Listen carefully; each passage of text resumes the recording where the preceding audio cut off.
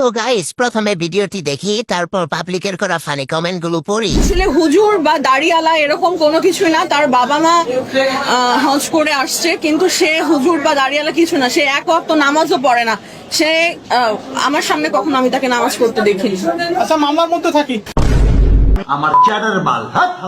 তো চলিয়ে শুরু করতে হ্যাঁ। আদালতে বম নিয়ে হাঁটতেছে, এদিকে কারো নজর পড়ে না। বুকে পাহাড় সমান কষ্ট নিয়ে স্বামীর নামে মামলা করছে।